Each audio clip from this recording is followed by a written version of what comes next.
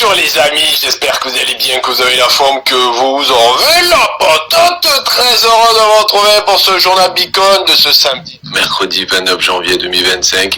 Aujourd'hui les amis, une cryptosphère, waouh, qu'est-ce qu'on a pris cher hier. Ah oui, là ça a piqué. Alors aujourd'hui il a quand même un petit peu mitigé, mais hier soir ça a été boucherie, charcuterie. Il y a beaucoup de choses à dire dans la vidéo d'aujourd'hui, avec un crypto market cap global qui a pris une cartouche. Waouh, et aujourd'hui il a failli avoir la même, tu vois. C'est pour l'instant c'est pas mal racheté, c'est pas mal maintenu, mais tu sens bien ça peut encore picoter. Les alcools ont pris beaucoup plus cher. Pour l'instant ils tatouent les 38 de Fibo. On en a beaucoup parlé ces derniers jours, la dernière semaine, et on va voir si ça va tenir ou pas. On fera un petit tour du côté du Bitcoin et de sa structure. Alors lui il tient bien, lui il est bon le Bitcoin. Ah, le Bitcoin tout seul, il n'y a pas de problème. Par contre les altcoins, ça a plu déjà l'Ethereum aussi, qui a pris sa belle petite cartouchinette, et les 38 de Fibo c'est au revoir. On va voir ce que nous dit la structure. Est-ce que pour la majorité des altcoins c'est fini, enfin c'est fini, ça va continuer à tomber ou pas? Bon bah écoutez, on va essayer de répondre à la question aujourd'hui. Comme la bourse est fermée, bon on ne fera pas de macro, et on finira avec l'analyse de 5 altcoins qu'on m'a demandé, le SNX, le GRT, le Gala, le NCDT et le ENA. N'hésitez pas à mettre en commentaire l'alcoin que vous voulez que j'analyse, je vous le fais avec plaisir. N'hésitez pas aussi à nous rejoindre sur les différents réseaux sociaux si vous voulez parler de tout ça. Je peux faire aussi quelques analyses, il y a d'autres super personnes qui font des analyses aussi, donc n'hésitez pas à nous rejoindre, tous les liens sont en description. Les amis, on va faire cette vidéo, il y a pas mal de choses à dire, je vous invite à prendre le petit pouce bleu et pipi, vous tapez ces fesses nettes, et je vous invite à prendre le bouton s'abonner à la chaîne à Foufi. Et... respiration. Voilà que tout le monde il s'abonne à la chaîne à Foufi. Oh là là. Tu vas me dire que t'étais pas surpris ou t'es surpris de voir un marché rouge? Non, t'es pas surpris. Parce que tu regardes la vidéo de Foufi tous les jours. Et tu savais très bien que la structure nous disait, ça pue le régulier. Tu le savais ça. Donc dis pas que t'étais pas au courant qu'il y avait du rouge. Non, tu regardes pas les vidéos de Foufi. Bon, alors tu vas de suite t'abonner à la chaîne à Foufi. En commentaire, tu te dis pardon Foufi, je regardais pas tes vidéos, et maintenant tu seras plus surpris. Les amis, c'est parti.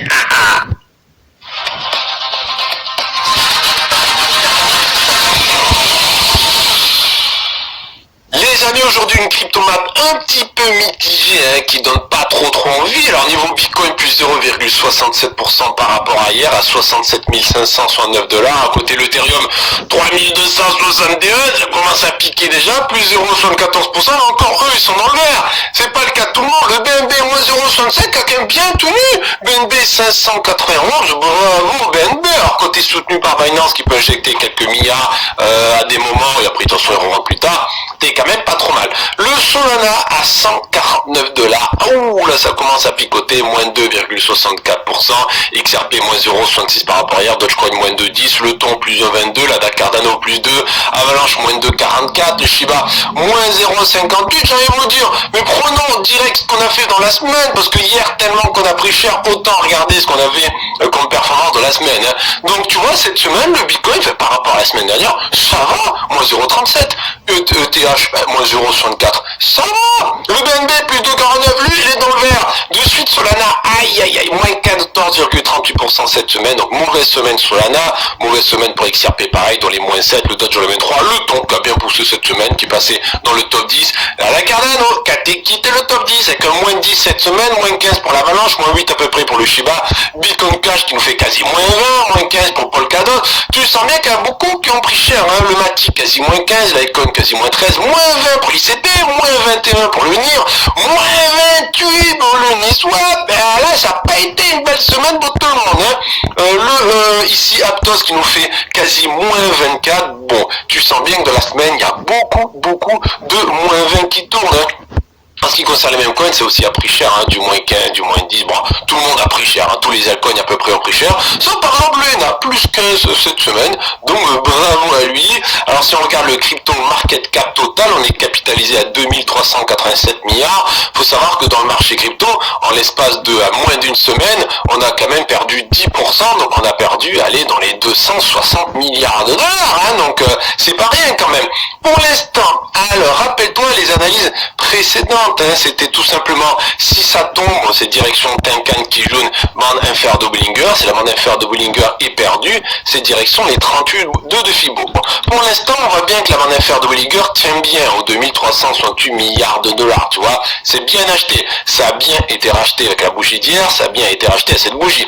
Donc c'est une bonne nouvelle. Le problème, c'est que ça, c'est très racheté via surtout Bitcoin et Ethereum, qui sont quand même beaucoup plus rachetés que d'autres, la majorité des altcoins, on va dire. Hein. Alors il y a des grosses caps comme BNB qui sont aussi bien rachetés, bien sûr, mais là c'est surtout Bitcoin et Ethereum, surtout Bitcoin qui sauve.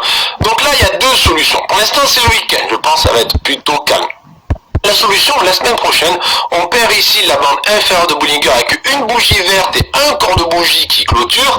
Et là, c'est direction les 38 de Fibo, c'est-à-dire ça continue les enfers. Et malheureusement, on va se manger ça. Rappelle-toi, qu'est-ce qu'on disait les semaines précédentes?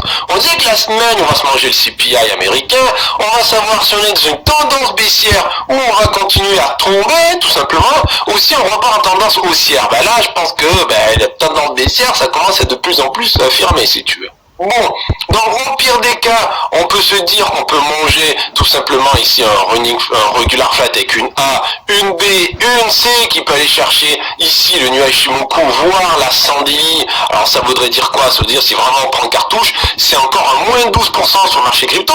Mais si le Bitcoin il fait moins 5, tout le monde fait encore moins 20, tu vois, en termes des altcoins. Bon.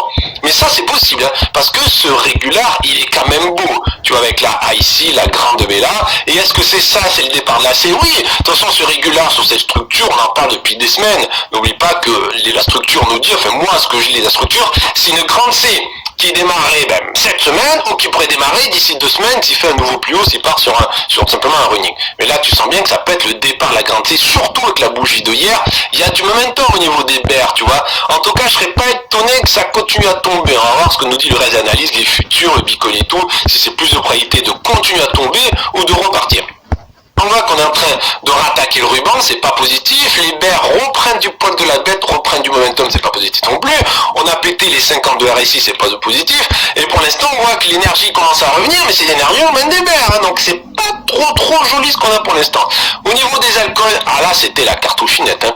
Faut savoir qu'en moyenne, les altcoins, ils ont fait hier un moins 15%. Mais ça, c'est en moyenne. C'est-à-dire ton petit BNB, s'il fait moins 1, ça veut dire derrière, t'as plein d'alcoins qui font du moins 20, si tu veux, parce que c'est en termes de capitalisation, c'est pondéré par rapport à la capitalisation, tout ça. Donc si t'as des grosses caps qui font pas grand-chose comme rouge, comme du BNB, t'as d'autres altcoins, mais alors c'est boucherie, charcuterie, du moins 20, moins 30, Catherine un petit peu partout. Tu peux voir que pour l'instant, c'est pas beau du tout, vraiment pas beau, parce qu'on a pété la bande inférieure de Bollinger, tu connais la chanson, pétage de la bande inférieure de Bollinger, validation, égale effet toboggan activé. C'est le contraire, c'est la bande supérieure de Bollinger, une bougie qui explose la bande supérieure de Bollinger avec sa petite sœur, la confirmation, c'est des fortes probabilités d'enclencher un to the moon. Malheureusement, t'as aussi l'opposé, qui est de faire une bougie qui peut être la bande inférieure plus sa petite sœur, égale bam. Donc pour sauver ici les altcoins, pour les prochaines semaines, il faut rapidement qu'il y ait une bougie demain ou après-demain qui récupère la bande inférieure de Bollinger, qui réintègre les bandes de Bollinger, et là ça pourrait peut-être sauver. Donc ce qu'on a devant nous, c'est très moche, on a les 38 de Fibo, 656 milliards qui retiennent, mais là, les deux bougies qui pètent les bandes inférieures de Bollinger, c'est pas positif. Donc si demain après-demain, on a un corps de bougie qui pète les 38 de Fibo, c'est direction les 0,5, voire la Sandeli, qui a quand même une grosse résistance, un gros support, et la Sandeli, c'est se remanger moins 10 en moyenne. C'est-à-dire certains vont faire jusqu'à moins 20, d'autres vont faire jusqu'à moins 2, moins 3, tu vois. Pour l'instant, on a éclaté le ruban, on est tout en bas quasi, donc c'est pas bullish. On voit que les bears ont pris du momentum, on a pété les anciens momentum ici, donc là les bears sont plus énervés que ce qui était énervé la dernière semaine. On a complètement explosé les 50 bears ici, donc oui, ce qu'on a aujourd'hui c'est pas beau. Est-ce que ça peut continuer à tomber? Oui, ça peut continuer à tomber. Là pour l'instant, ce qu'on a devant nous dit que ça va continuer à tomber. C'est pour ça qu'il faut vite une petite bougie verte pour calmer un peu les choses. Au niveau des stablecoins maintenant, bon les stablecoins c'est limite, ça passe encore. Hier pétage la bande supérieure de Bollinger, ça peut être dramatique. Aujourd'hui on n'a pas une bougie verte. Si on avait une bougie verte qui confirmait le pétage de la bande supérieure de Bollinger, on pourrait dire ok, les stablecoins confirment que ça a une boucherie charcuterie. Mais là ça va. Là on peut voir que la bougie d'aujourd'hui a été vendue, donc les gens ont cartouché en buy the dip aujourd'hui, buy the dip hier, ils ont swappé des stablecoins pour de la crypto, c'est pour ça qu'on a la dominance qui diminue aujourd'hui, on est à genre 6,06 6% de dominance des stablecoins. Donc là, c'est plutôt pas mal. C'est-à-dire, il y a des possibilités que demain, on fasse du rouge pour les stablecoins, et donc c'est juste les gens qui continuent à acheter le marché crypto, donc les stablecoins sont vendus, la dominance diminue. Par contre, si demain ou après-demain, on commence à avoir une bougie verte qui pète la bande inférieure de Bollinger, ça peut partir pour un effet to the moon pour les stablecoins, donc la dominance des stablecoins monte, donc c'est-à-dire la dominance des cryptos diminue, donc les cryptos font du rouge, tout simplement. Donc là, on fait attention, parce que là, les boules reviennent ici avec du momentum, ils ont bien préservé les 50 de RSI, il y a un petit peu d'énergie qui commence à arriver, donc là, ça peut être pas bon, hein, il faut vraiment qu'il y ait une petite journée verte ou deux pour nous dire, c'est bon, on soit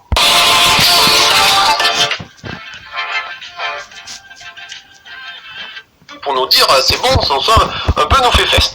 Au niveau du Twitter, alors il y a eu des trucs de fou, hein, si tu veux voir du gros charcutage, tu vas sur Twitter, par exemple, il y a une personne qui nous dit, voilà, bon, mais avant le gros lynchage de hier, il avait 100 000 $ dans ce token, le Moshi Cat. Tu vois, oh, comme c'est trop mignon le Moshi sur la blockchain Solana, bien sûr.